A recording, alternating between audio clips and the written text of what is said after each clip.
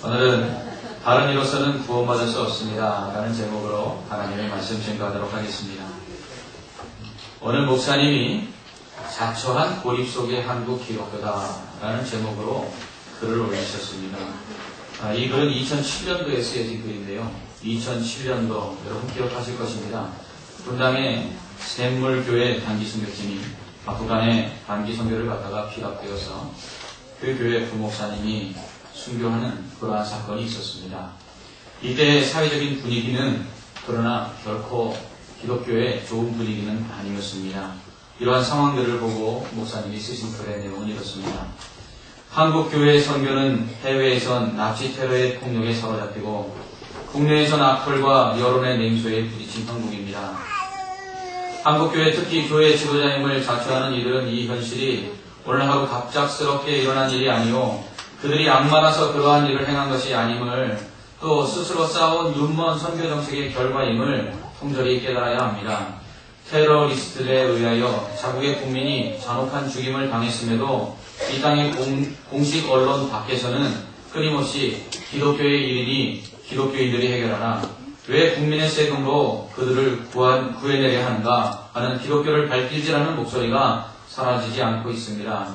결국 이국 땅에서 가족이 납치당하여 죽임을 당했음에도 불구하고 그들의 가족들은 자기 국민들 앞에서 심려를 끼쳐 죄송합니다 하고 사과부터 해야만 했습니다. 어떤 방송국의 진행자는 죽임을 당하고 있는 이들을 향하여 제발 살아 돌아오되 돌아올 때는 머리를 숙이고 돌아오라 라는 말까지 방송에서 서슴없이 했습니다. 폭력에 의하여 자국민이 납치되고 죽어가고 있는데 어느 나라에서 이런 일이 있을 수 있단 말입니까? 어쩌다가 한국교회가 이렇게 됐을까요? 자국민이 피랍되어 목숨을 잃었는데도 불구하고 기독교인이란 이름만으로 이렇게 온 나라가 손가락질하고 정죄하는 수모를 겪어야만 했을까요? 한국교회는 지금 이 땅에서 어떤 위치에 와 있는 것일까요? 대통령이 장로님이요 수많은 공직자들이 기독교인임에도 불구하고 세계에서 가장 크다고 하는 10대 교회 중에 7개의 교회가 한국에 있음에도 불구하고 오히려 한국교회는 왜 이 모양 이 꼴일까요? 세상의 비난으로부터 아무런 대답도 못하는 이 무능력한 기독교, 그것은 바로 영적인 힘을 잃어버렸기 때문입니다. 이러한 오늘날의 모습과 달리 오늘 본문에 나오고 있는 베드로의 모습은 정말 감당하기 그지없습니다. 그는 예수님을 죽이기로 결정을 내렸던 바로 그 공회 앞에서 그 사람들을 향해서 이야기합니다. 너희가 예수를 죽였다고. 그리고 그 예수가 하나님께서 다시 살리셔서 부활하셨다고. 그리고 그 예수 이름 외에는 구원받을 이름이 없다라고 당당하게 외치고 있습니다. 어떻게 이렇게 할 수 있을까요? 오늘 베드로와 사도들의 모습을 통해서 우리는 비난받는 기독교, 이 비난받는 교회, 이러한 시대의 기운 가운데서 어떻게 당당하게 세상의 비난을 그치게 하고 그들로 예수 그리스도를 부인할 수 없도록 만들 수 있을까 하는 방법을 얻을 수 있습니다. 오늘 말씀 속에 나타나는 제자들의 모습은 성령의 충만한 모습이었습니다. 오순절에 성령이 강림한 이후 예루살렘 성은 예수 믿는 자들과 또한 예수님의 제자들과 성도들로 인하여 매일같이 술렁거렸습니다. 안진뱅이가 일어난 사건은 더욱더 큰 파장을 불러일으켰습니다.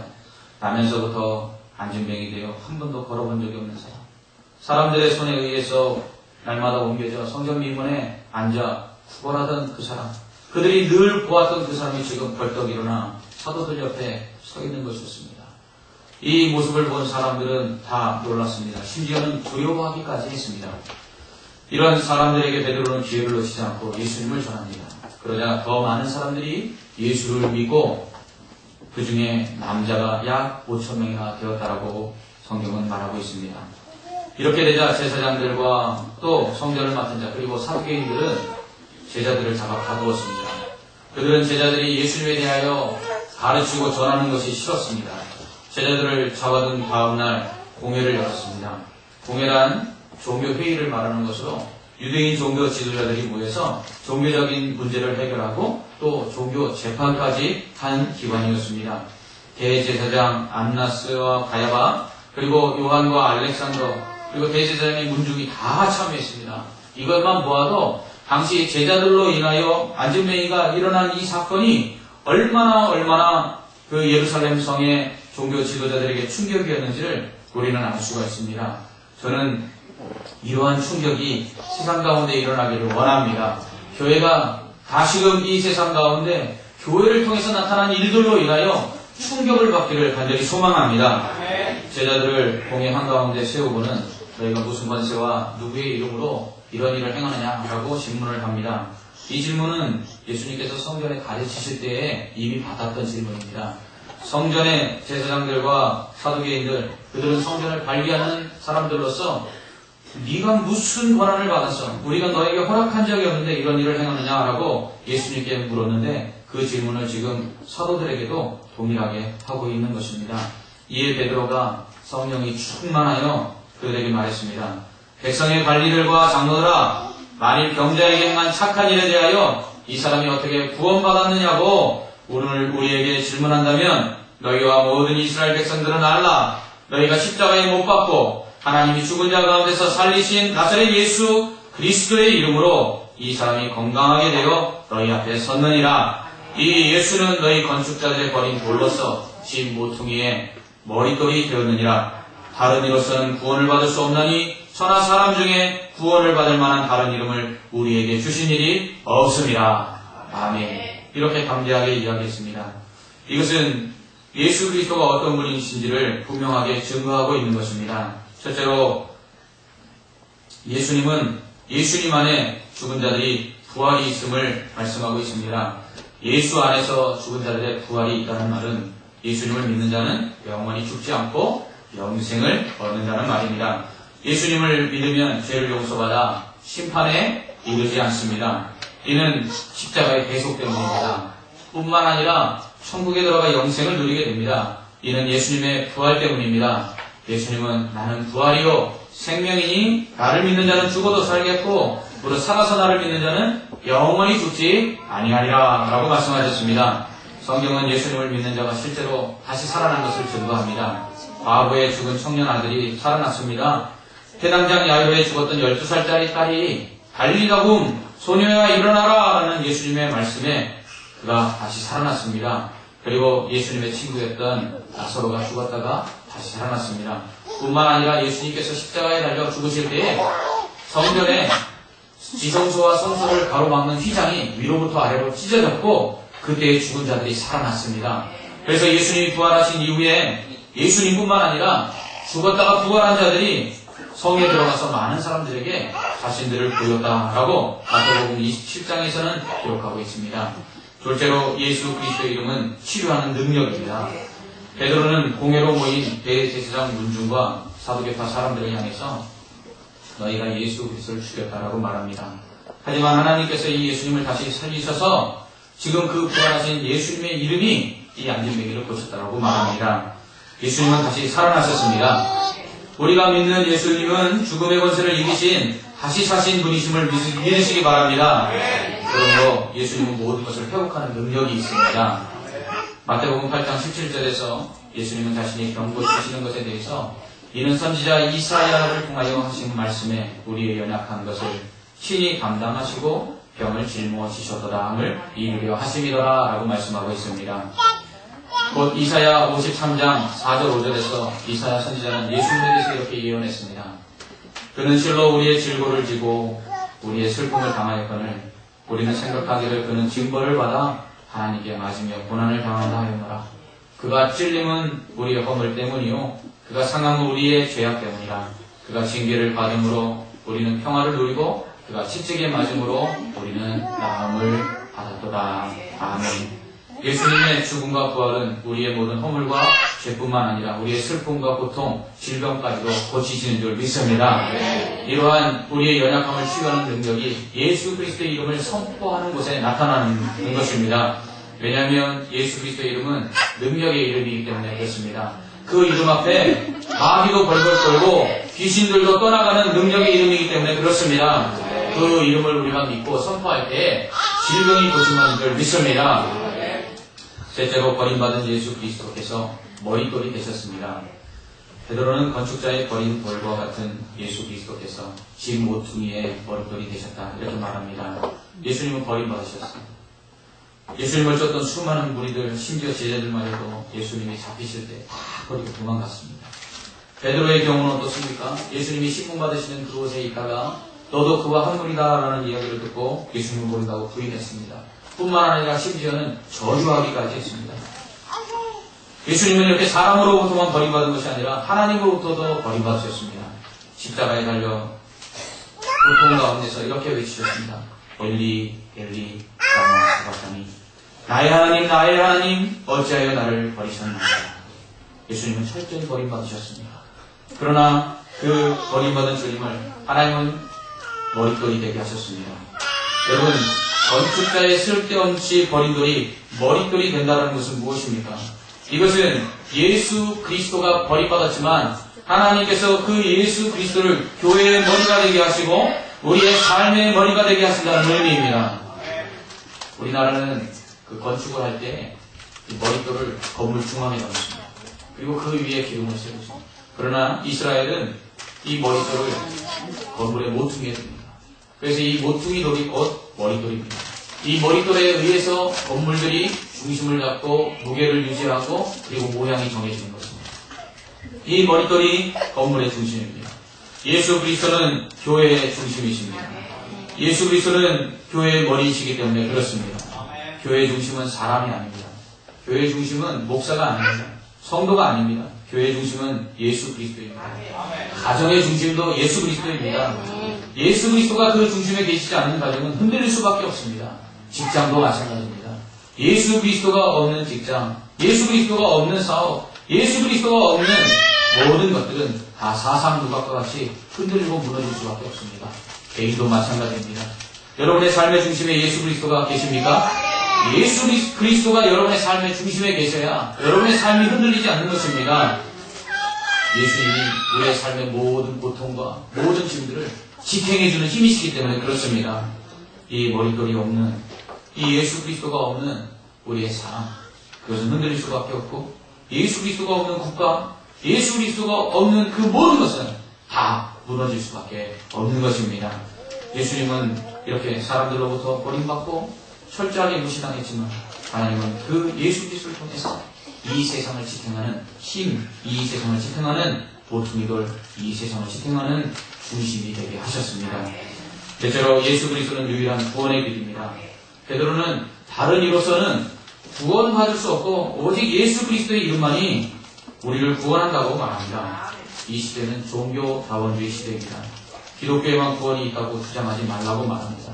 불교나 힌두교, 이슬람교, 심지어 이단이나 자연 숭배, 점치는 것에까지 구원이 있다고 이야기합니다. 그렇게 주장하는 이유는 구원을 한나 이 세상의 고통으로부터 벗어나는 것쯤으로 이해하기 때문에 그렇습니다. 모든 종교는 다 잘 되자고 믿는 것 아니냐. 그런 의미에서 모든 종교는 세상의 고통으로부터 벗어나도록 도피처를 마련해 준다. 그러니 기독교에만 구원이 있다고 주장하지 마라. 세상이 말하는 구원관입니다. 여러분, 구원이 이 땅에서 잘 먹고 잘 살고 고통 없이 살게 하는 것입니까? 질병에서 고침받는 것 정도가 구원입니까? 아닙니다. 구원은 심판으로부터 벗어나는 것입니다. 심판받아 영원한 지옥 형벌을 받지 않도록 하는 것이 구원입니다. 그러기 위해서는 죄의 용서를 받아야 합니다. 이 죄의 용서는 예수 그리스도의 십자가가 아니고서는 받을 수가 없는 것입니다. 그러므로 예수 그리스도가 없이는 구원을 받을 수 없고요. 이 예수 그리스도가 아니고서는 다른 구원의 길이 없는 것입니다. 그렇기 때문에 사도들은 이 예수 그리스도가 유일한 구원의 길이라고 외친 것입니다. 여러분, 유일하다는 것은요, 가치가 있다는 것이에요. 다이아몬드나 금이 왜 가치가 있습니까? 희소성 때문에 그래요. 여러분, 길가에 굴러다니는 돌을 보십시오. 발에 차이는 게 흔하디 흔한 돌 아닙니까? 그것을 가치 있다고 여기는 사람은 없습니다. 왜 그렇죠? 희소성이 없기 때문에 그렇습니다. 여러분, 대화가의 작품이 경매에서 최고가를 경신하며 팔리는 이유가 무엇입니까? 하나밖에 없기 때문에 그렇습니다. 희소성이 있기 때문에 그렇습니다. 희소성이 있는 것이 가치 있는 것입니다. 이와 같이 유일한 구원자 예수 그리스도, 이 예수 그리스도의 구원이 가치가 있는 것은 유일하기 때문에 그렇습니다. 그래서 예수님은 천국은 마치 보화와 같아서 모든 재산을 다 팔아 바꿀 만큼 가치 있는 것이라고 이야기하십니다. 구원은 그런 것입니다. 예수 그리스도를 통한 구원은 이것입니다. 우리의 모든 인생을 예수 그리스도와 바꿔도 하나도 아깝지 않은 가치가 있는 것이 바로 예수 그리스도를 통한 구원이라는 것입니다. 사람들은 그러나 이것은 모릅니다. 예수님은 내가 곧 길이요 진리요 생명이니 나로 말미암지 않고는 아버지께로 올 자가 없다 라고 말씀하셨음에도 불구하고 사람들은 다른 구원의 길이 있을지 아닌가 하고 다른 길을 찾고 있는 것입니다. 이렇게 예수 그리스도에 대해서 증거하자 대제사장과 사두개파 사람들은 이 베드로와 요한이 담대하게 말하는 것을 이상하게 여겼습니다. 왜냐하면 이들은 배운 게 없는 정말 평범한 사람들인데 어쩜 이렇게 우리가 논리적으로 반박할 수 없을 만큼 똑똑하게 말을 하는가, 이것을 너무 이상하게 여겼습니다. 그리고 또한 그들이 할 말을 잃은 것은 그렇게 당당하게 이야기하는 제자들 옆에 40년 동안 한 번도 걸어본 적이 없는 안전뱅이가 지금 일어나 그 옆에 서 있는 것을 보고 더 이상 부인할 수도 없었고 더 이상 비난할 수도 없었던 것입니다. 그래서 사도들은 공회에서 그들을 나가라 말하는 뒤에 논의를 합니다. 이 사람들을 어떻게 할까? 그들로 말미암아 유명한 표적 나타난 것이 예루살렘에 사는 모든 사람에게 알려졌는데 우리도 이제 부인할 수가 없다. 그래서 사도들을 비난할 수도 없고 부인할 수도 없는 그들은 그래서 공갈 협박을 합니다. 그래서 더 이상 가르치지 못하도록, 더 이상 전파하지 못하도록 그들을 위협해서 내보냅니다. 여러분, 그러자 이 일이 정말 모든 사람들에게 감동을 주었습니다. 이야, 어떻게 예수를 죽이자고 그 논의했던 그 공회 앞에서 예수를 너희가 죽였다라고 말하는 저 당당한 베드로를 할 말을 하나도 하지 못하고 저 유대인의 지도자들이 내보냈는가. 이 일로 인하여 사람들이 하나님께 영광을 돌렸습니다. 여러분, 얼마나 통쾌합니까? 기독교를 개에 비유하고 예수님을 한낱 인간에 비유하고 교회를 세상의 어떠한 종교 집단과 비교해도 가장 무시하는 이 시대 가운데 이렇게 베드로와 같은 사도들을 통해서 당당하게 비난할 수 없도록, 부인할 수 없도록 만드는 이러한 놀라운 일들이 오늘날 이 시대의 교회를 통하여 나타나기를 간절히 소망합니다. 이렇게 이러한 일들이 일어나기 위해서는 우리가 성령 충만을 받아야 합니다. 세상이 우리를 위협하고 예수 믿는 것에 대해서 비난한다 할지라도 우리가 담대하게 세상을 향해 복음을 전가하기 위해서는 성령의 충만을 받아야 합니다. 성령이 충만하기 전까지는 어떻겠습니까? 문을 걸어 잠그고 두려움 속에 떨었습니다. 그러나 성령을 받은 후에는 그 문을 열고 스스로 나가 그들을 비난하고 그들을 위협하는 사람들에게 담대하게 예수 그리스도를 증거할 수 있었습니다. 이처럼 우리는 예수 그리스도께서 보내주신 이 성령을 받아야만 세상을 이기며 세상을 향하여 담대히 나아갈 수 있는 강한 그리스도인이 되는 줄 믿습니다. 사도들은 학문이 없는 평범한 사람들이었습니다. 그럼에도 성령을 받자 그렇게 많이 배운 공회원들이 한마디도 이야기할 수 없도록 논리정연하게 예수 그리스도를 증거했습니다. 이것은 그들에게서 생겨난 힘이 아니었습니다. 이것은 하나님으로부터 받은 힘이었습니다. 이러한 성령의 힘이 그들에게 임할 때에 곧 놀라운 능력을 발한 것입니다. 하나님은 건축자의 버린 돌로 오투미돌, 곧 머리돌이 되게 하셨습니다. 사람들이 버린 예수 그리스도를 통해 교회와 세상의 중심이 되게 하셨습니다. 하나님의 손에 붙들림 받으니까 이렇게 된 것입니다. 여러분, 하나님의 손에 붙들림 받으면 버림받은 것이 문제가 되지 않습니다. 하나님의 손에 붙들림 받으면 배우지 못한 것이 문제가 되지 않습니다. 하나님의 손에 붙들림 받으면 병든 것이 문제가 되지 않습니다. 하나님의 붙들림 받으면 가난한 것이 문제가 되지 않습니다. 하나님께서 쓰시는 사람은 어떤 사람입니까? 세상이 버리고, 세상이 무능하다 하고, 세상이 약하다 하고, 세상이 병들었다 하고, 세상이 배운 것이 없다 하는, 세상이 가난하다 하는 그러한 연약한 자를 들어 하나님은 이 세상을 부끄럽게 하시는 줄 믿습니다. 그렇습니다. 성령을 받으면 우리에게 이러한 능력이 임하는 것입니다. 많이 배우지 못했어도 주님을 배신했다 할지라도 그것이 문제가 되지 않습니다. 베드로는 배운 것이 없었고요. 또 심지어 주님을 부인하기까지 했던 사람입니다. 그러나 주님께서 용서해 주시고 그에게 성령을 부어주시자 그는 세상이 감당할 수 없는 사람이 되었습니다. 이러한 능력이 성령이 임할 때 우리에게 임하는 줄 믿습니다. 또한 세상이 우리를 비난하지 못하고 부인하지 못하도록 만들기 위해서는 예수 그리스도를 통한 능력과 기적이 일어나야 합니다. 우리 자신은 어떻습니까? 정말 예수 그리스도의 이름의 능력을 믿으십니까? 정말 여러분을 통해서 예수 그리스도의 능력이 나타나고 있습니까? 여러분, 이것을 나타내야 합니다. 믿지 않는 사람들이 우리에게 뭐라고 이야기합니까? 야, 하나님 살아계시면 보여봐. 하나님이 살아계시면 나에게 그 하나님 살아계시다는 증거를 보여봐. 그들이 이야기합니다. 그러한 세상을 향해 우리는 믿음의 증거들을 가져야 될 줄 믿습니다. 여러분, 체험이 없다고 믿지 못하는 것은 아닙니다. 그러나 체험이 있으면, 강한 믿음의 증거를 가지면 우리의 믿음이 더욱더 강할 뿐만 아니라 우리를 비방하고 비난하고 예수 그리스도를 부인하는 자들에게 증거를 삼을 수 있음을 믿으시기 바랍니다.